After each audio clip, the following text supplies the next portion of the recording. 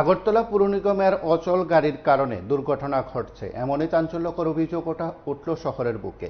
গতকাল রাতে সেখানে রবীন্দ্র ভবন চৌমুহনী এলাকায় একটি গাড়ির দুর্ঘটনাকে কেন্দ্র করে তীব্র উত্তেজনা দেখা দিয়েছে। সেখানে পুর নিগমের ব্যবহৃত গাড়িগুলো স্বাভাবিক নয় বলে স্থানীয়রা দাবি করেছেন। তার পাশাপাশি বিপরীত দিক থেকে থাকা দুর্ঘটনাগ্রস্ত গাড়ির চালকও একই অভিযোগ করেছেন। রবীন্দ্র শতবার্ষিকী ভবনের সামনে এই ঘটনা ঘটেছে। তার আগে শহরের বিভিন্ন জায়গায় আগরতলা পুর নিগমের ব্যবহৃত গাড়িগুলো তার স্বাভাবিক নয় বলে দাবি করা হচ্ছে, কারণ সেখানে গাড়িগুলো ঠিকঠাকভাবে চলছে না এবং গাড়িগুলো ঠিকঠাকভাবে যন্ত্রাংশ ঠিকঠাক না করেই সেখানে চালানো হচ্ছে এবং তাতে দুর্ঘটনা ঘটছে এবং গাড়িগুলোর যে যন্ত্রাংশ রয়েছে সেগুলো স্বাভাবিক নয়, সেগুলো খোদ গাড়ির চালকই সেখানে জানেন।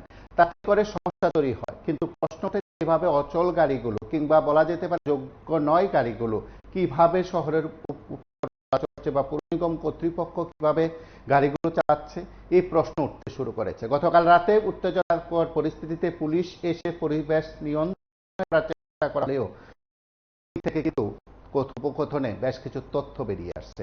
আমরা সেখানে উত্তেজনাকর মুহূর্তে যানবাহন চালক এবং দুর্ঘটনাগ্রস্ত চালকদের কি বক্তব্য আমরা একবার শুনবো।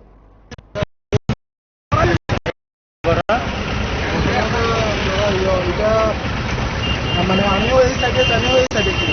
তো আমার তো ওই পার্ক লাইনের এই সাইডটা কাজ করে না। আস্তে আস্তে যাইতেছি, তাইলেও লাগা আসছিল। ওই সময় গ্যালারি আসছিল মানে ফোনে লাগে গেছে। ওটা আমি তাইলেও বুঝলি না, আর আমারও হয়তো বলে ইচ্ছা করে তো আমি করি। কোন কোম্পানি গাড়িটা? এটা কোম্পানি না, এটা এলসি। আপনার গাড়ির কি ইন্ডিকেটর ছিল? হ্যাঁ, আপনার গাড়ির ইন্ডিকেটর ছিল? ইন্ডিকেটর মানে স্যার আসলটা হইল এখানে ইন্ডিকেটরটা একটু শর্ট হয়ে গেছে। আপনার নামটা? আমার নাম ওইজি। কোথায় গাড়িতে আসলো গাড়িটা? আমরা পুরো আগরতলাটা ফার্স্ট, মানে যখন এই ঘটনাটা হয়েছিল কোথায় গাড়িতে আছে? আমরা ওই রবিন্দ্র মানে থেকে ওই চাবি লাগে। এই যে এরকম গাড়ি কোনো রেজিস্ট্রেশন পাইতেন না, এই যে লুকিং গ্লাস নাই, 3 বছর এনে সেটা খাড়াইতেছে। হ্যাঁ, এরকম গাড়ি প্রচুর অ্যাক্সিডেন্ট করতেছে। আমার নিজের একটা বন্ধু, এর পাও কাটা গেছে। হ্যাঁ, পাও কাটা গেছে বলতে কি মানে পাও নাই, পুরো পাও আলাদা হয়ে গেছে। এএমসির গাড়ি অ্যাক্সিডেন্ট করছে। আমি বলতে পারি না এএমসির গাড়ি না, ইলেকট্রিক অফিসের গাড়ি। আমি সাধারণ মানুষ, আমি এত কিছু বুঝি না, যতটুকু জানি।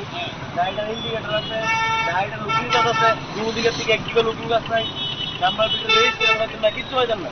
বেসরকারি ভাবে চলছে, যাচ্ছে এই পাবলিকের অবস্থা। আমার গাড়ির দেন সব পাবেন, আমার গাড়ির দেন সব পাবেন। বেশি আর গাড়ির ব্যানারটার দিতে গাড়িটা বাড়ি দিচ্ছে, গাড়িটা রাখছে আর কি জানে। আচ্ছা, কোন গাড়ির বাড়ি দিচ্ছে? পুরো সামনে গাড়ির ভিতরে পুরো লুকিং গ্লাস। আস্তে আস্তে ক্রস করতেছি, দাগের মধ্যেই আসি। তাই নিয়ে সামান্য আসলো, তাই নিয়ে এদিকে বিল্ডিং এ নাকি কারেন্টের কাজ করবো, তাই বলছে এদিকে কাজ করবো, আমি এদিকে যাইতেছি। এদিকে একটু ক্যামেরা করেন, এদিকে তাহলে ইন্ডিকেটার কিছু নাই না, লুকিং গ্লাস আছে। আমি আগে গেছি, তাই আমার আগে ঠিক আছে, মানে এই সাইডে কাজ করবো। তাই আমি তাহলে ঠিক আছে বাকি কাজ করবো, ঠিক আছে ভালো কথা দেওয়া শুনছে। এই জায়গা দিয়া আমার পুরো গাড়ি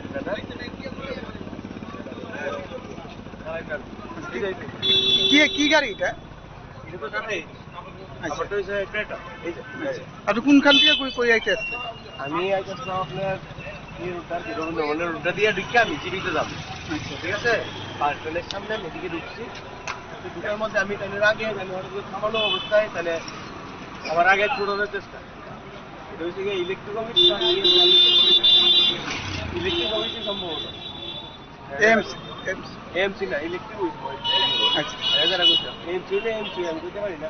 হ্যাঁ, আমি তো জানি না। মানে আর একজন আছে অভিজিৎ, হ্যাঁ, ফোন করছে, তাহলে বলছে কেস দিয়ে দাও, আপনি কেস দিয়ে দেন আমি দেবো। আমি জিজ্ঞেস স্যার আপনার নাম কি? লগল ফোনটা আমাকে একটা